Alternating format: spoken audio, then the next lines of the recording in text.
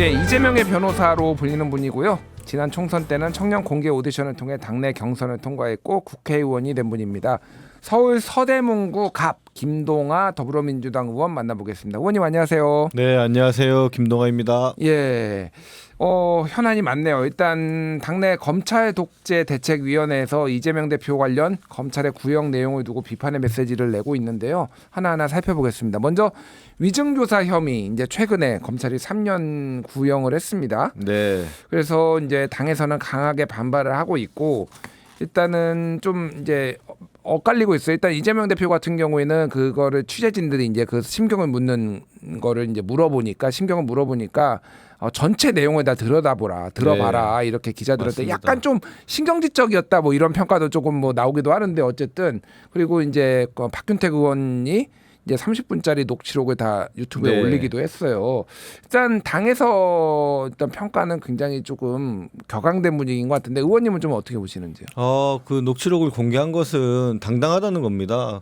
어차피 지금 이 문제에 관해서 가장 핵심적인 증거가 그 녹취록인데요. 예. 녹취록을 실제로 들어보신 분들이 이것은 어떤 변호사나 어떤 법률가들한테 들려줘봐도 유죄를 나오기가 힘들다.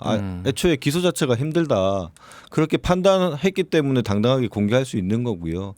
또 그런 부분이 이제 공개가 됨으로 인해서 검찰이 그런 녹취록을 짜집게 하고 축소하고 왜곡해서 기소했다는 저희가 부당성을 알리기 위해서 그렇게 공개한 것이고 지금 구형 부분도 3년을 구형을 했지 않습니까? 네. 근데 이게 통상적으로 위증교사 같은 경우에는 6개월이나 1년 구형하는 게 통상적입니다. 뭐 기소 자체가 부당하기도 하지만 6개월 그런 이제 양형 기준을 넘어서서 3년을 구형한 것을 보면 이거는 수사와 기소 자체도 정치적이지만 구형 자체도 정치적인 검찰의 행위다. 그렇게 설명드리고 있습니다. 예, 이제 검찰의 설명을 들어보면은 그 3년이라는 게 이제 가중이 되면은 감형이 되면은 10개월이 이제 최고가 되고 그래서 가중이 되면은 가중 요소가 있으면은 3년까지 이제 구형할 네. 수 있다. 뭐 이렇게 얘기를 하는데 뭐 이제 검찰에는 가중 요소가 어떤 건지 아시죠? 대략 제가 알고 있지만 돈을 변호사님이 주고 좀 매수를 설명해 했거나 아니면 그 증언에 의해서 사건이 결론이 달라지는 경우여야 합니다. 근데 일단은 돈을 주고 증언을 매수한 사실은 전혀 없고요. 예. 그리고 사건 결론이 달라졌어야 되는데 김진성 씨 같은 경우에는 첫 진술에서는 이제 이재명 대표에게 조금 유리한 취지로 진술한 게 맞습니다. 원래 사건에서. 예. 근데 향후에 검찰의 재반박 신문을 통해서 그때는 본인 진술을 스스로 또 뒤집었습니다. 예. 그래서 저는 사실은 명확하게 기억나지 않는다라는 게 김진성 씨의 최종 증언이었습니다. 예, 그래서 예. 그 사건 자체에 어떤 영향을 미칠 수 있는 증언이 아니었고요. 알겠습니다. 네. 그러니까 뭐 가중 요소는 뭐 경제적 대가가 오갔다라든지 아니면은 위증이 재판 결과에 뭐 영향을 미쳤다라든지 동종 범죄가 있다라든지 뭐 위증을 교사한 경우 그리고 경제적 대가의 약속 뭐 이런 게 이제 가중 요소로 이제 이게 나와 있는데 아무래도 이제 검찰에서는 뭐 그런 시각인 것 같아요. 위증을 교사했기 때문에 뭐 이렇게인 것 같으니까 시각이 엇갈린다라는 거는 제가 이제 설명해 드리고요. 일단 김진성 씨, 그러니까 김병량 전 성남시장의 수행 비서였죠. 네, 이분의 맞습니다. 진술이 어쨌든 바뀌었어요. 바뀐 거는 팩트잖아요. 그러니까 진술이 바뀌었다는 게 그러니까 본인이 이제 그러니까 대표 지금 위증을 했다. 네, 맞습니다. 위증을 했다라고 이제 네, 나중에 맞습니다. 이제 네. 얘기했잖아요. 네. 그래서 그게 이제 결정적이잖아요. 네, 지금 김진성 맞습니다. 씨도 지금 징역 10개월 구형이 된 네. 상황이고, 그러니까 그 바뀌게 된 경위에 대해서는 좀 어떻게 보십니까? 원래 김진성 씨가 작년 3월이죠. 2023년 3월에 백현동 사건 관련해서 김인섭 씨랑 같이 수사를 받고 조사를 받고 구속영장 청구까지 당했습니다. 예. 근데 제가 알기로는 현재까지도 지금 그 사건에 관해서는 어떠한 기소나 뭐 검찰의 처분이 없는 것으로 알고 있어요. 김진성 씨에 대해서. 그런 것을 보면 당연히 검찰은 이제 그 큰 사건이 백현동 사건을 지금 들고 있으면서 김진성과 딜을 한 게 아닌가 그런 의심이 저는 충분히 들고 있는 사정이라고 봅니다. 그러니까 일종의 뭐 우리나라에 없는 제도지만 플리바게닝 같이 그래서 근데 플리바게닝은 본인의 죄를 본인이 실토하면 그 죄를 깎아주는 건데 이거는 본인의 중한죄를 봐주는 대신에 지금 이재명 대표의 정적 수사에 동원하는 거기 때문에 이것은 뭐 그냥 정치 검찰의 뭐 사건 조작인 거죠. 이게 무슨 플리바게닝이 뭐 그런 표현도 좀 아깝다라고 생각합니다. 아, 예. 어쨌든 지금 검찰이 과거에 이 김진성 씨와 관련된 수사 이것이 지금 중단돼 있거나 기소가 안 되고 있고 그 상황에서 입장이 바뀌었고 그래서 네, 그런 부분에 맞습니다. 좀 딜이 있었던 거 아니냐 의심을 하시는 거죠. 기자님도 아시겠지만 검찰이 구속영장 기각됐다고 뭐 기소를 안 한 사건이 있나요? 사실은 구속영장 청구를 한다는 것은 기소를 하겠다는 거 지 않습니까? 왜냐하면 그렇죠. 구속 기간이 10일밖에 안 되기 때문에 10일 내에 나는 이 사람을 기소할 거다라는 그 의사 표시로서 구속영장을 청구하는데 그게 1년 지금 6개월 넘게 이 사건을 묵혀놓고 있는 것은 분명히 김진성과의 지금 딜이다. 저는 김진성이 만약에 혹시나 이재명 대표와 좀 가깝게 아니면 진술을 다시 바꾸거나 하는 경우 지금 이화영 부지사한테 하는 것처럼 다시 또 강도 높은 김진성에 대한 수사가 지금 뒤에 대기되고 있을 것이다. 저는 그렇게 봅니다. 알겠습니다.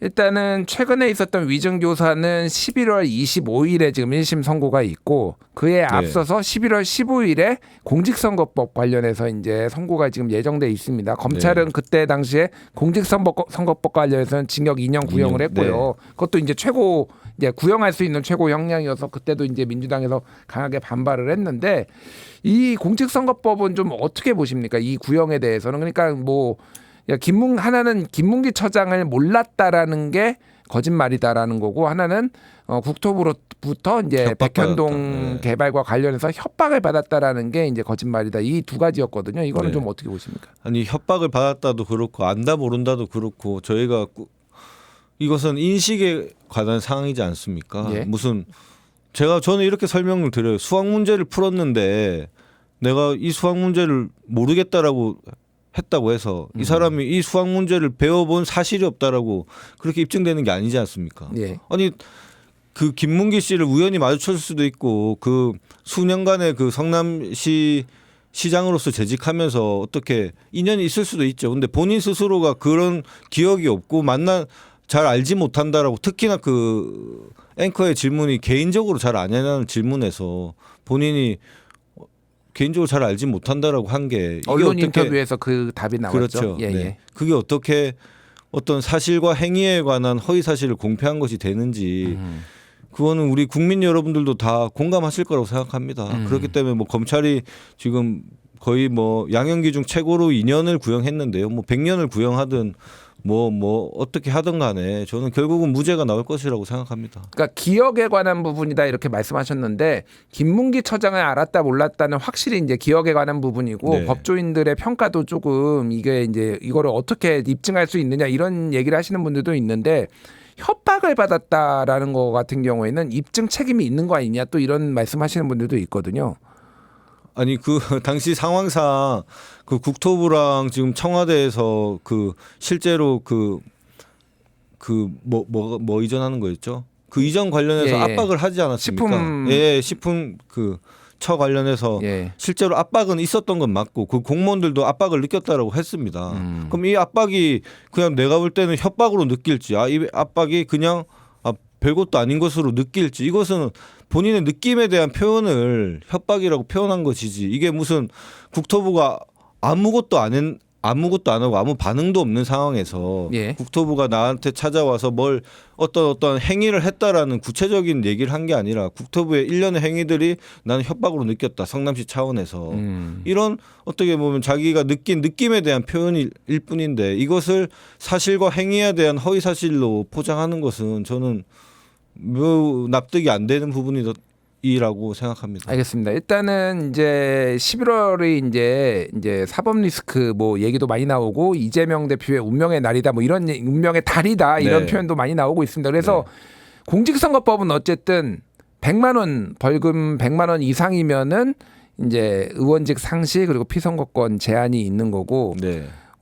이 위증교사 같은 경우에는 이제 금고 이상형이잖아요. 그러니까 뭐 법조인이니까 더 잘 아실 텐데 당내에서는 좀 어떻게 보시는지 궁금해요. 이게 이제 유죄가 나오면은 특히 위증교사는 벌금형이 나올지 뭐 아니면 더 이상 세게 나올지 이런 것들을 좀 어떻게 관측을 하시나요? 뭐 일단은 무죄가 나온다고 거의 다 확신을 하고 있고요. 뭐 유죄가 나온다는 사실은 가정을 해서 답변 드리는 거는 적절하지 않다라고 생각되지만 설령 유죄가 나온다고 해서 뭐 전국의 변화나 민주당 내 혼란이 있거나 저는 그런 사태가 발생하진 않을 것이라고 생각합니다. 이재명 대표의 리더십 뭐 이런 네. 거가 흔들릴 거다 뭐 이런 관측도 있는데 그럴 일은 없습니까? 아직은 뭐 1심 단계에 불과하고요. 예. DJ 김대중 대통령께서도 사형 선고를 받으시고 정말 훌륭한 대통령직을 수행하셨고 우리 대한민국에 존경받는 큰 인물로서 그렇게 활동을 해오셨습니다. 저는 당연히 무죄가 나올 거라고 생각하지만 검찰의 이런 그러니까 윤석열 정부의 독재와 검찰의 조작으로 인해서 혹시나 사법부가 흔들릴 수 가능성이 있다라고 치더라도 저는 그게 이재명 대표 개인에 대한 리더십이나 우리 민주당의 어떤 혼란이 발생하지는 않을 것이라고 그렇게 생각합니다. 알겠습니다. 자, 어제 국회에서 박상용 수원지검 부부장 검사 탄핵 청문회가 열렸습니다. 이를 두고 이제 용산 대통령실 그리고 정부 여당은 이재명 대표 방탄을 위한 검사에 대한 겁박이다 이런 취지의 이제 주장을 했습니다. 탄핵을 한다고 혐의가 없어지는 것은 아니다 이런 얘기도 했고요. 이런 지적에 대해서는 좀 어떻게 보십니까? 아니 검사가 지금 진술을 조작했다라는 제보가 있었고 또 실제로 진술이 변화되는 과정이 세세하게 시간 순으로 나타났고 그 과정에서 술판의 해운이 무슨 다른 뭐 검찰 출신 변호사를 동원해서 해유를 했다느니 하는 의혹이 발생했고 예. 그런 거에 대해서 저는 국회 차원에서 충분히 조사할 수 있다고 생각합니다. 원래라면 정부나 아니면 법무부에서 감찰을 지시하거나 해서 감찰이나 그 해당 검사에 대한 수사가 진행돼야 마땅한 상황인데 지금 행정부에서 그런 역할을 안 하고 있는 상황에서 지금 국회 차원에서 충분히 그 검사의 행위가 정말 맞는지 아닌지를 판단하기 위해서 탄핵 조사 절차를 진행할 수 있다라고 보고요. 예. 지금 국회가 할 수 있는 게 그 검사에 대해서 실제로 징계를 할 수 없고 지금 법률상 할 수 있는 게 탄핵이기 때문에 탄핵 절차를 진행하는 것은 뭐 당연한 국회의 권한이자 예. 의무라고 생각합니다. 그러니까 박상용 검사가 이제 모르시는 청취자분들을 위해서 제가 좀 부연 설명을 하자면은 이제 대북 송금과 관련해서 이화영 전 경제부지사라든지 김성태 전 쌍방울 회장 뭐 이쪽을 이제 수사를 하는 건데 방금 말씀하신 거는 술자리 그 이화영 부지사가 이제 증언을 했던 술자리 회유가 있었다. 그때 뭐 연어도 놓여 있었고 뭐 요거를 말씀하시는 거잖아요. 네. 근데 그거는 이제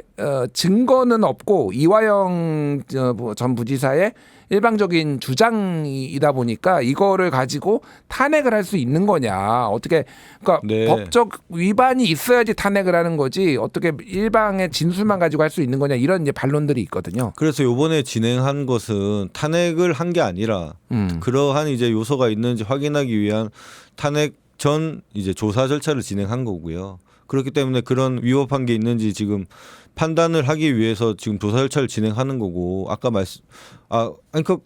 기자님께서 말씀해 주셨는데 연어는 먹었다는 건 검찰도 인정하고 있습니다. 근데 거기에 이제 술이 껴 있었냐 없었냐 이 부분이 지금 다툼의 여지가 있는 거고 그럼 이것을 판단하려면 정상적으로라면 검찰에서 감찰을 진행해서 그 근처에 이제 카드 결제 내역이나 아니면 지금 이화영 부지사가 지목하는 어떤 수행하는 분이 카드 내역을 확인해 보면 될 일입니다. 근데 그런 거에 대해서는 전혀 오픈하지 않고 반응하지 않으면서 본인들이 관련 증거는 지금 다 숨기고 있으면서 탄핵 절차가 지금 부당하다라고만 주장하는 것은 저는 매우 옳지 못한 태도라고 생각합니다. 알겠습니다. 너무 민주당이 좀 탄핵을 최근에 남발한다. 뭐 이제 대통령 탄핵이야 뭐 이제 아직 공식적으로 얘기가 나오고 있지 않지만은 예를 들면은 검사들 지금 4명 탄핵하고 있고 이를테면 방통위원장 탄핵하고 있고 이게 조금 무리한다. 그리고 그러니까 검사들 탄핵 같은 경우에도 확실히 증거가 나오지 않은 경우에 지금 탄핵을 추진한다 이런 비판도 좀 있거든요. 이거에 대해서는 어떻게 보십니까?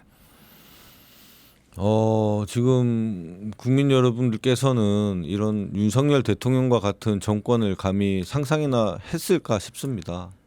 이렇게 지금 2년 6개월 정도밖에 지나지 않았는데요. 정말 민생이 무너지고 뭐 공정과 상식을 외치더니 지금 김건희 여사 감추기에만 김건희 여사를 감싸기에만 급급한 모든 정부와 검찰과 지금 경찰들이 동원되고 있지 않습니까? 예. 이런 상황 속에서 지금 우리 민심 역시 우리 야당 민주당을 택함으로 인해서 지난 총선에서 택함으로 인해서 강하게 정부가 싸워달라는 게 저는 민심의 표심이었다고 생각합니다. 거기에 맞춰서 저희가 지금 많이 부족하지만 이 정도로 행동하고 있고요. 예. 민생 문제에 관해서도 우리 민주당에서 민생 회복 지원금 이나 지역화폐법 관련된 것을 충분히 발의했지만 지금 윤석열 대통령이 뭐 특별한 이유도 없이 지금 야당이 주장한다고 해서 반대하고 있지 않습니까? 예. 특히나 또 간호법 같은 경우는 저희가 지속적으로 입법을 시도했지만 건건히 지금 반대하다가 지금 의료대란 사태가 발생하고 나니까 마치 본인들이 이제 생색내는 것처럼 간호법을 지금 동의해서 지금 법이 또 통과가 되지 않았습니까? 저희가 민생 문제 역시도 우리 민주당이 챙기고 있고 그 와중에 국민의 민심을 받들어서 정부를 이렇게 견제하고 있다. 좀 그렇게 이해해 주시면 좋을 것 같습니다. 일단 검사 탄핵도 정부의 견제의 일환이다. 이렇게 이제 말씀하신 것 같습니다. 자, 김건희 여사 얘기를 해서 이제 어제 김건희 여사 명품 가방 수수 의혹에 대해서 검찰이 불기소 처분을 했고요. 최재형 목사도 이제 불기소가 됐습니다. 그래서 지금 윤석열 대통령은 이제 거부권을 이제 김건희 여사 특검법에 대해서 거부권을 행사하고 내일 표결에 이제 들어가는 상황이에요. 당내에서는 좀 어떻게 보시는지 이 표결 전망에 대해서 소위 말하는 국민의힘의 이탈표, 뭐 소신표가 8표 이상 나와서 이게 통과될 가능성이 있다고 보시는지 그리고 어떤 전략을 조금 당내에서는 공유하고 있는지 좀 궁금합니다. 네, 제가 오늘 개천절인데요. 오늘 국회 앞에서 몇몇 분과 함께 지금 김건희 특검법 수용과 관련해서 수용해라는 좀 집회를 계속 하다가 왔습니다. 그런데 좀 참담한 게 어제 윤석열 대통령이 추경호 원내대표랑 몇몇 그 원내 의원들을 만나서 격려를 했고 저는 그게 김건희 여사를 지켜달라라는 표시를 한 거라고 생각됩니다. 그리고 한동훈 대표 역시 오늘 오전 인터뷰에서 김건희 특검법 부결하겠다라는 당론이라고 얘기를 했죠. 예, 예. 그런 말씀을 하셔가지고 이게 생각보다 쉽지 않겠구나 저는 그런 생각이 들고요. 특히 한동훈 대표 같은 경우에는 지금 어떻게 보면 본인의 정치적 자산이 윤석열 대통령이나 김건희 여사와 좀 각을 세우는 것밖에 없는데 저는 결국은 어차피 그들이 얽히고 설킨 그 관계 속에서 윤석열 대통령이나 김건희 특검법을 함부로 하지는 못하겠다 이런 생각이 들었습니다. 저는 예. 김건희 특검법 같은 경우에는 어떻게 보면 국민의힘 당에는 기회라고 생각합니다. 기회라고요? 예. 침몰하는 윤석열 그 호에 뛰어내려서 조그마한 보트라도 타고 빠져나올 수 있는 이 소중한 기회를 놓치고 같이 윤석열 대통령과 침몰하는 길을 택하지 않을까 그런 아쉬움이 있습니다. 알겠습니다. 이제 다음 주부터 국정감사가 시작이 되는데 의원님은 산업통상자원 중소벤처기업위원회 네. 소속이시더라고요. 그래서 지금 뭐 어떤 거 혹시 준비하고 어떤 거를 좀 주력으로 보고 계시고 준비하고 계신지 살짝 귀뜸이라도 해주시면. 아니 뭐 이슈야 많이 있죠. 근데 예. 저희 같은 경우에는 좀 중소기업 분들이 많이 힘들어 하시는 부분 관련해서 지금 좀 질의를 하려고 하고 있고 특히나 티맵부 사태가 저희가 좀 많이 잊혀졌는데요. 예. 실제로 그때 피해 입은 기업분들은 뭐 몇십억의 손해를 보고도 지금 어떠한 피해 회복이나 구제도 못 받고 계신 분들도 있습니다. 정부에서 그때 긴급으로 대출해주겠다 뭐 그런 얘기가 있었거든요. 네. 그거는 잘 안 되고 있는 건가요? 대출 지금? 신청을 했는데 다 대출해서 탈락이 됐고요. 아 그래요? 한 가지 구체적인 사례를 말씀드리면 TMF랑 티몬가만 거래한 업체가 있었습니다. 예. 피해액이 한 34억 정도 되는데요. 근데 대출을 신청했더니 당신은 티몬 말고 다른 데 거래하는 업체가 없잖아. 예. 라는 이유로 대출이 거절됐습니다. 아니 티몬하고 거래를 해가지고 그 기업이 위기에 빠졌으니까 오히려 더 적극적으로 지원을 해줘야 되는 거 아닌가요? 그러니까 그게 당연한 상식인데 예. 그러니까 티몬이라는 거래처가 없기 때문에 당신의 주된 거래처는 티몬이었고 그러니까 추후에 매출액이 발생할 가능성이 없으니 적격하지 않다 대출에 그런 적격하지 취지인 거죠. 그런 건가요? 네, 그런 취지인 거죠. 아니 그러면은 뭐하러 대출을 솔직히 잘 이해가 안 돼가지고. 그러니까 그런 업체 예. 사장님들이 얼마나 화가 나시겠습니까? 그래놓고 지금 기자님도 방금 말씀하신 것처럼 뭐 어느 정도 대출돼서 피해 회복된 거 아니냐 이렇게 생각하시잖아요. 예. 근데 실제 현장에서는 그렇지 않고 또 특히나 그 벤처부에서 그 티몬 위메프와 같이 거래를 하라고 중소기업 유통센터에서 어떤 사업을 계속 진행했습니다. 예. 뭐 티몬과 그 사업을 통해서 티몬과 위메프와 거래한 업체들도 상당히 많은데요. 거기에 대한 실제 피해액조차 지금 산정되어 있지 않고 좀 그런 부분에 대해서 좀 중소기업 우리 산업부가 좀 잘못하고 있는 부분을 지적하려고 하고 또 원전 수출 부분이나 체코 원전 부분이나 예. 또 쿠팡 사태 좀 그런 부분을 좀 종합적으로 질의하려고 하고 있습니다. 알겠습니다. 국정감사에서의 활약 한번 저희가 기대를 해보도록 네, 하겠습니다. 알겠습니다. 오늘 말씀 여기까지 듣겠습니다. 지금까지 김동아 더불어민주당 의원이었습니다. 의원님 감사합니다. 네, 감사합니다.